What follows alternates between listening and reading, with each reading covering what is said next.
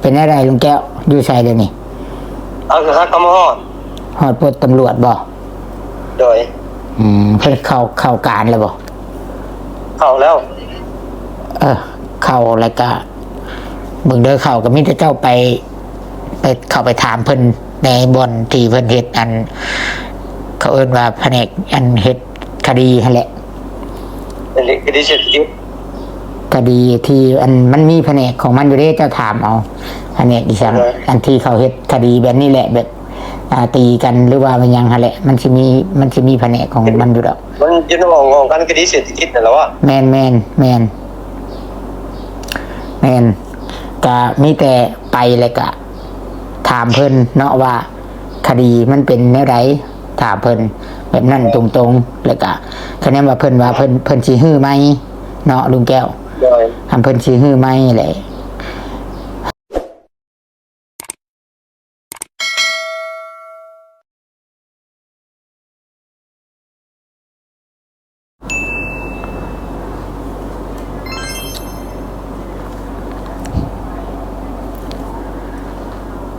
กับทักทายสบายดีแล้วก็สวัสดีเด้อ FC เบิดสุคนพี่น้องเนาะเบิดทุกทานบ่ว่าสิอยู่ภายในประเทศและก็ต่างประเทศเด้อพี่น้องสุคนพี่น้องเนาะก็ยินดีต้อนรับทุกคนเนาะพบกันกับตุสิทธิ์ปันสุขอีกเนาะพี่น้องเนาะคือเก่าเด้อทุกคนเข้าเรื่องเลยพี่น้องเนาะเข้าเรื่องเลย เป็นเรื่องของลุงแก้วเนาะเรื่องของ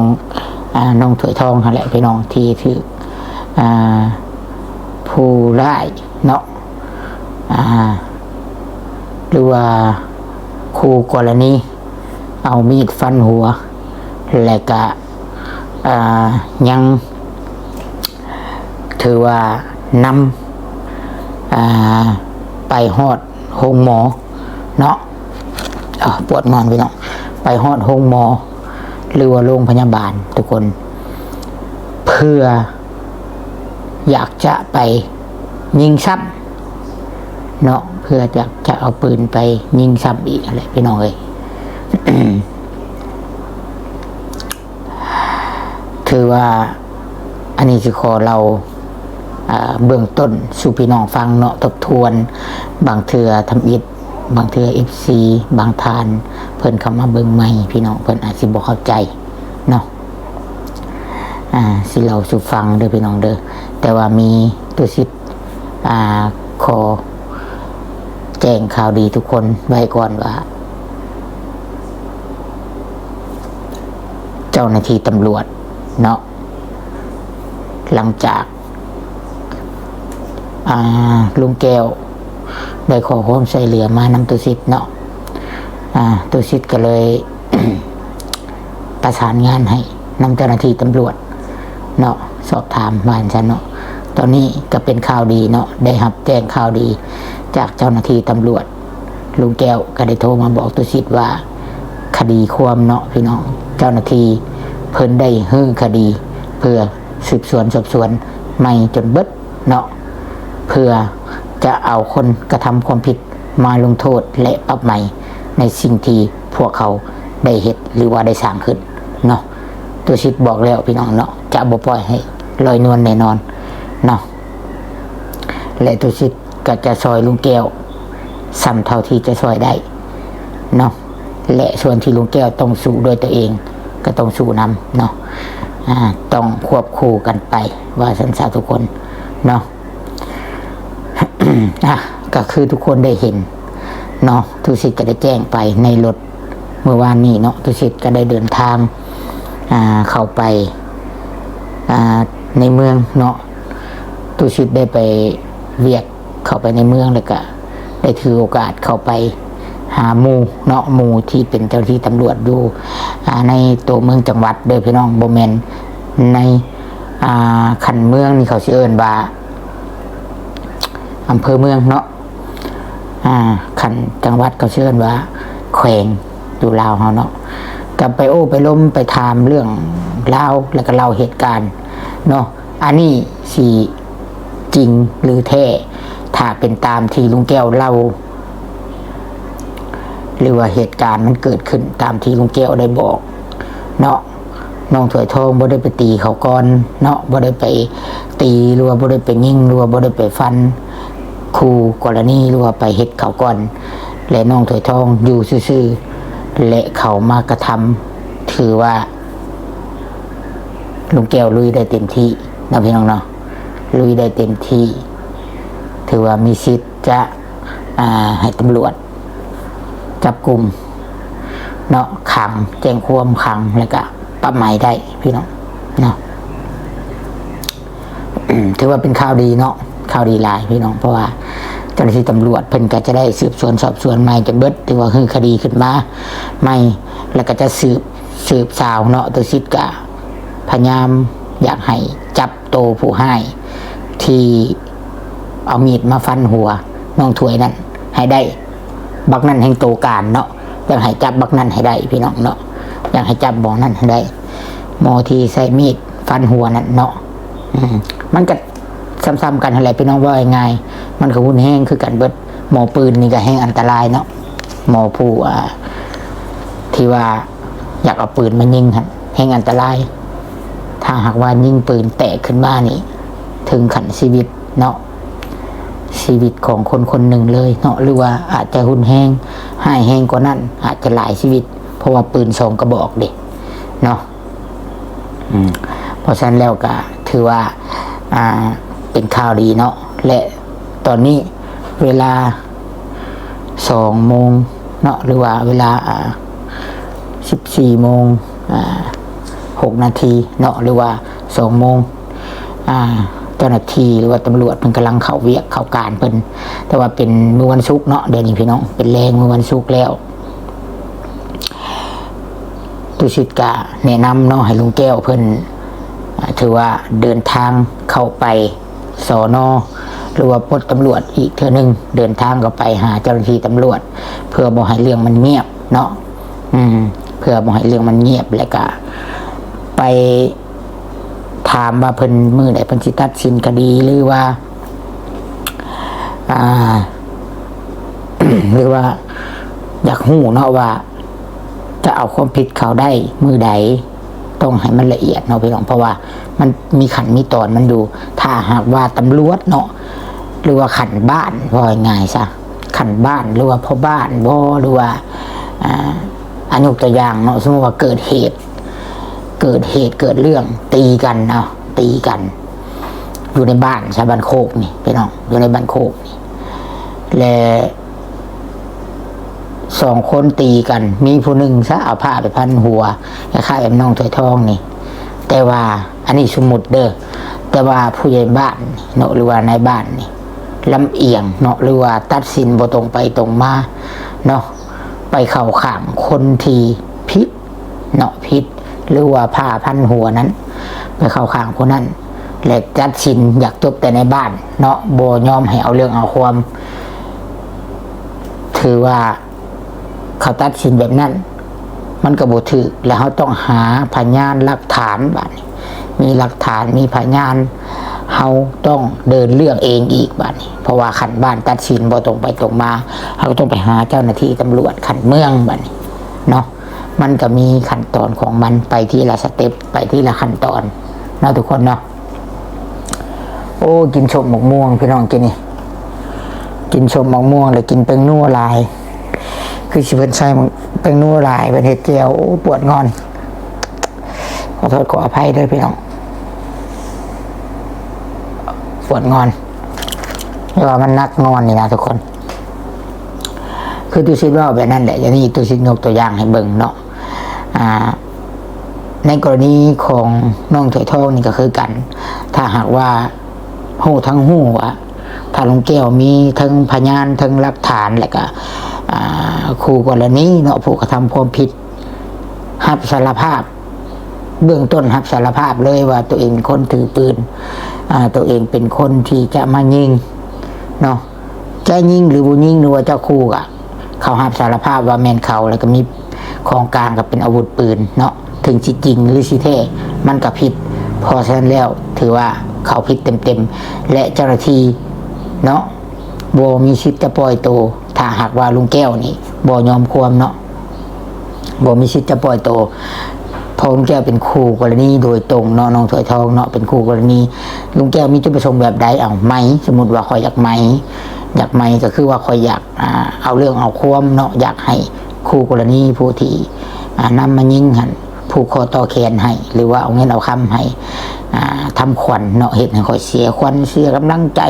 เห็นให้ตกมกตกใจถือปืนชิมายิงเบิ่งจุดประสงค์คืออยากมามันเกินคำว่าทำไมห่างกายพี่น้องมันปืนได้พี่น้องยิงออกไปถือว่าคันถือกระตายเนาะเฮาสิใส่คดี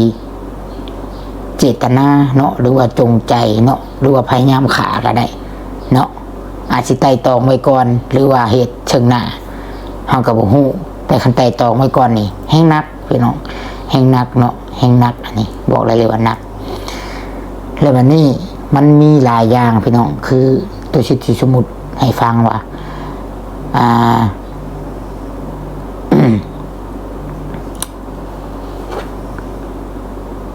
ผู้ใดที่โทรมาพี่น้องแป๊บหนึ่งเด้อพี่น้องเด้อเฮ้ยโทรมาเนาะโทรมามีเรียกอย่างว่าเนาะเจ้าสบายดี ให้พ่อคุยด้วย รอสบายดี โอ้ลุงแก้วโทรมาพอดีพี่น้องพอดีกำลังถ่ายคลิปอยู่ลุงแก้วสบายดีเด้อสบายดี สบายดี สบายดีFCเนี่ยเด้อเป็นอะไรลุงแก้วอยู่ใส่เดี๋ยวนี้ เอาคือฮักกำฮอด ฮอดปลดตำรวจบ่ โดย เพิ่นเข้าการเลยบ่ เข้าแล้ว เข้าแล้วก็เบิ่งเด้อเข้าก็มีแต่เจ้าไปเข้าไปถามเพิ่นในบ่อนที่เพิ่นเฮ็ดอันเขาเอิ้นว่าแผนกอันเฮ็ดคดีนั่นแหละ เป็นคดีเศรษฐกิจ คดีที่อันมันมีแผนกของมันอยู่เด้เจ้าถามเอาแผนกดิฉันอันที่เขาเฮ็ดคดีแบบนี้แหละแบบตีกันหรือว่ามันยังหั่นแหละมันสิมีแผนกของมันอยู่ดอก มันอยู่ในของการคดีเศรษฐกิจนั่นแหละวะ แม่นก็มีแต่ไปเลยก็ถามเพิ่นเนาะว่าคดีมันเป็นแนวใดถามเพิ่นแบบนั้นตรงๆแล้วก็คะแนนว่าเพิ่นสิฮื้อไหมเนาะลุงแก้ว โดย ทำเพิ่นสิฮื้อไหมแหละฮื้อแบบใดเฮาก็ถามเพิ่นเพราะว่าอันเฮาก็ถามเพื่อว่าเฮาอยากฮู้ว่ารูปคดีมันสิเป็นอะไรเพราะว่าเฮาเป็นผู้ถูกกระทำเนาะ โดย และถ้าเพิ่นคือจะว่าเช้านี้ว่าเพิ่นสิเอามาสืบสวนสอบสวนต่อเพื่ออยากได้คนที่ฟันหัวน้องเสือทองกันบ่ โดย แห่งดีแห่งดีเนาะและบัดนี้แหละคะแนนว่าเป็นแบบนั้นแท้น่ะมีแต่ลุงแก้วถ้าอยากการว่าง่ายก็เฮาก็ซิมบอกเนาะหรือว่าเฮาเว้ากับเจ้าหน้าที่ว่าคะแนนว่าเอาคนผิดมาลงโทษให้ลุงแก้วได้หรือว่าจับได้แล้วฮู้เลยว่าผู้ใดฟันนะหากลุงแก้วก็สิมีน้ำใจให้ต่างหากบ่แม่นว่าเฮาจ้างเฮาเว้าไปซั่นบ่แม่นว่าเฮาจ้างนะเฮามีน้ำใจให้เจ้าหน้าที่เฮาก็เว้าแบบนั้นเฮาอยู่ไสเดี๋ยวนี้อยู่ในแล้วบ่ ยังอยู่ตำแหน่งของการนี่แหละตำแหน่งในทางเข้าในสัก โอ้เจ้าได้โทรหาเพิ่นแล้วบ่จะมีเบอร์โทรเพิ่นอยู่บ่ ผมมีนะ ยังไม่ได้เอาเบอร์เพิ่นไว้บ่ไปแต่ละเทื่อจ้ะ ยัง เข้าไปไม่ได้แหละขอเบอร์เพิ่นไว้หน่อยเด้อ โดย เพราะว่าเดี๋ยวสิโทรใส่อันอ้ายฮักเฮาอีกโทรบอกไปบอกดอกแต่ว่ามันสิแม่นมือแล้วเราอยู่ประจำการอยู่หั่นอยู่บ่มื้อนี้เนาะมีแต่เบิ่งเด้อเอาเบอร์เพิ่นไว้แล้วก็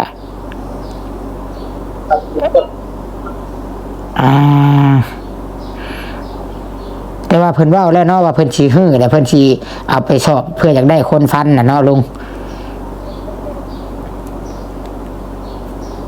วางเลยจ้ะฮัลโหลวางเลยพี่น้องลุงแก้ววางเลยเอาประมาณนี้เด้อน้องหล่ะ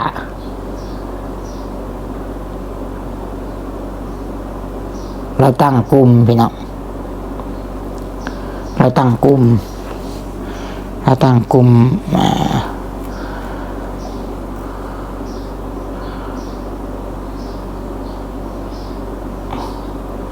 เดี๋ยวมิตรว่าถ้าฟังว่าลุงแก้วเข้าไปหาเจ้าหน้าที่และเจ้าหน้าที่เพิ่นเว้าแนวใดบัดนี้พี่น้อง เจ้าหน้าที่เพิ่นเว้าแนวใดแหละถ้ารุ่นน้ำกันนั่นแหละว่าง่ายๆซะเพราะว่าตุชิตก็ขอโทษตุชิตบ่ได้ไปเด้อพี่น้องมีแต่ประสานงานให้เพราะว่าประสานงานแล้วก็แนะนำลุงแก้วเนาะแนะนำแนวทางแล้วก็คำเว้าคำบ้าเนาะมันสิไปในแนวทางใดนั่นแหละพี่น้องเพราะว่าตุชิตคนลูกค้าสิมาเอาเข้าเนาะมาซื้อข้าวนำ6 ตันมื้อนี้ก็มาซื้อข้าวนำจะน้อยเพิ่นมาฮอดกับปะบ่ได้เนาะปะลุงศรีบ่ได้พี่น้องเอ้ย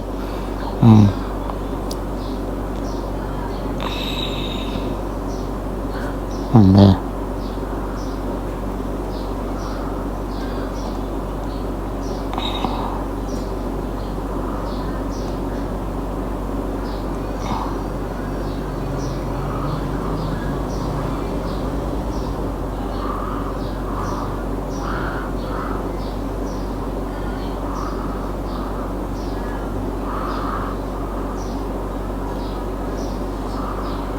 กำลังหาพี่น้องหาเฟซอ้ายฮักอยู่นะเดี๋ยวร่วมกันกับ FC ก่อนคือว่าเนี่ยเนาะทุกคน มันมีขั้นมีตอนของมันเขาต้องไปตามขั้นตอนของมันแล้วก็เบิ่งว่าคือว่าตรงๆโลดเนาะผู้ใดเฮ็ดเวียกอย่างก็ตามพี่น้องมันสิมีแบบคนช่วยโอกาสก็มีคนเฉาะโกงอย่างก็มีต่างๆมันแฝงมานำมันแต่ละเวียกว่าง่ายสมมุติอีกยกตัวอย่างอีกพี่น้องคือตำรวจทหารแพทย์หมอหรือว่าประชาชนมันความมันมีความโลภเบิดพี่น้องว่าง่ายเนาะมันมีความโลภแล้วก็มีความย่านในโตนำเพราะว่าคือบางทีเนาะสมมุติว่ายกตัวอย่างคือกรณีแบบทางว่าคนทุกข์ยากว่าเอาสิซะบ่ฮู้จักหยังบ่ฮู้จักไผแล้วคนถูกกระทำนะทุกข์ยากบ่ฮู้จักบ่มีเส้นบ่มีสายบ่ลึงบ่เคยบ่ได้ไอบ่ดังบานซะก็แล้วไปได้เรื่องก็เงียบไปก็ถือว่ายากได้ยากอย่างว่ายากสิได้รับความเป็นธรรมเนาะก็ถือว่ายากเติบอยู่เพราะว่าบางทีก็ไปเล่นเวียกเล่นงานไม่ยังกะเจ้าบ่มีเงินเนาะยืนนั่นยืนนี่หรือว่ามีเงินมีคำให้เจ้าให้นายให้ชื่อน้ำชื่อนายเขาก็บ่อยากสนใจดอกเนาะบ่อยากสนใจปานใดอันนี้ถามว่าผิดหรือแม่นทุกคนก็คอมเมนต์มาเนาะอันนี้ดูสิบ่ได้เว้าชื่อผู้ใดเนาะบ่ได้เว้าหยังมีแต่ยกตัวอย่างหรือว่าสมมุติโลกของมื้อนี้มันเป็นแบบนี้พี่น้องมันเป็นแบบนี้เนาะหากว่าผู้กระทำความผิดมีเส้นชายมีเงินมีคำแน่ถ้าอยากให้เรื่องมันเงียบมันยังกะมันก็มีการคือว่าเนี่ยเนาะซื้อจ้างไม่ยังแล้วก็จากพิษนักกลับมาเป็นพิษคอยแล้วก็คอยห้วยคอยลงคอยลืมไปแล้วก็เลี้ยวไปเนาะเลี้ยวไปคือว่าเนี่ยพี่น้องมันก็มีผู้ชั่วผู้ดีเนาะว่าจังซั่นจ้ะเนาะแต่เขาต้องทันเหตุการณ์แล้วก็เขาต้องเหตุให้มันไวอย่างกรณีลูกของลุงแก้วนี่ถือว่ายังอยากซ่าได้เพราะว่าเขาหูคือมูตุชิดว่าคนเหตุบ่แม่นผีเหตุเนาะว่าเรื่องงมงวยนี่มูตุชิดว่าเนาะผู้ที่เพิ่นเป็นตำรวจคันยังว่าผีเฮ็ดยังว่าไปเบิ่งหมอผีไม่ยังก็เฮาจับบ่ได้บายบ่เห็นเนาะมีแต่เดาว่าอันนั้นนี่เฮ็ดอันนี้คนเฮ็ดเฮาฮู้ทั้งฮู้เฮาเลยเฮาก็จับ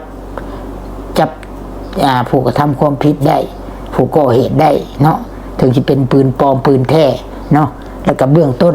ผู้ร้ายเนาะหรือว่าโจรหรือว่าคนกระทำความผิดนี่มันก็รับสารภาพเนาะมีแต่จับกลุ่มมันปุ๊บแล้วก็ขยายผลสืบสวนสอบสวนเนาะตำรวจถ้าเก่งนะพี่น้องเนาะมันต้องมีวิธีการถ้าผู้ใดเรียนจบหลักสูตรหรือว่าเก่งอยู่ในสายโดยตรงเลยคืออ้ายของตุสิทธิ์นี่เราอยู่แผนกเราจบมาจากนครหลวงเลยเนาะกระทรวงป้องกันความสงบอยู่เวียงจันทน์เนาะถือว่าเราจบสายสืบสวนสอบสวนเขาสืบสวนค่าเดียวพี่น้องค่าเดียวพวกเนี้ยเขามีวิธีการของเขาเนาะคนที่จับได้ผู้หนึ่งมันจะเป็นชิปกระจับได้เบิดมันบ่ยากอีกเนาะเจ้าสีใจเจ้าสีหักหมู่หักพวกเจ้าสีใจแข็งชำใดเพราะว่าตำรวจถ้าคนที่เขาเก่งในการสืบสวนเนาะคือยกแบบว่าเขาจะมีวิธีการค่าเดียวเขาจับได้เบิดพี่น้องเอ๋ยเนาะอันนี้คือกัน2 คนเนี่ยเขาจับนี่เอาผู้ที่สินำเป็นยิงน้องถวยทองหอดห้องหมอนี่จับได้เลย2 คนมันโบยากเลยสืบสวนสอบสวนขยายผลออกไปเนาะนอกจากว่า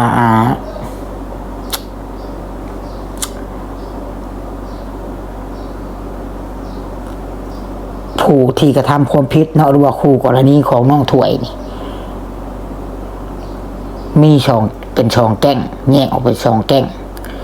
ผู้ฟันหัวนี่สีเป็นอีกบ้านหนึ่งต่างหากเนาะเลยกะ2 มาหมอถือปืนสิมายิงลุงแก้วกับน้องถวยนี่อีกบ้านหนึ่งแก้งหนึ่งต่างหากแต่ว่าจับแต่หมอถือปืนนี่ได้มันก็อาจจะบูฮู้กับหมวดฟันนั้นเนาะมันมีกรณีแบบนี้มันอาจจะเป็นไปได้เนาะหรือว่า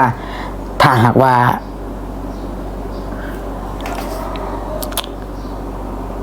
เขาปิดบังเอากันถ้าเขาปิดบังเอากันเขาหู้จักเขาเป็นแก๊งเดียวกันนี่มันบ่ยากเนาะตำรวจสืบสวนมันยังค่าเดียวดอกพี่น้องเขาเก่งอยู่แล้วเนาะ กับอีกเรื่องหนึ่งพี่น้องเพิ่มเติมก่อนจะเบิด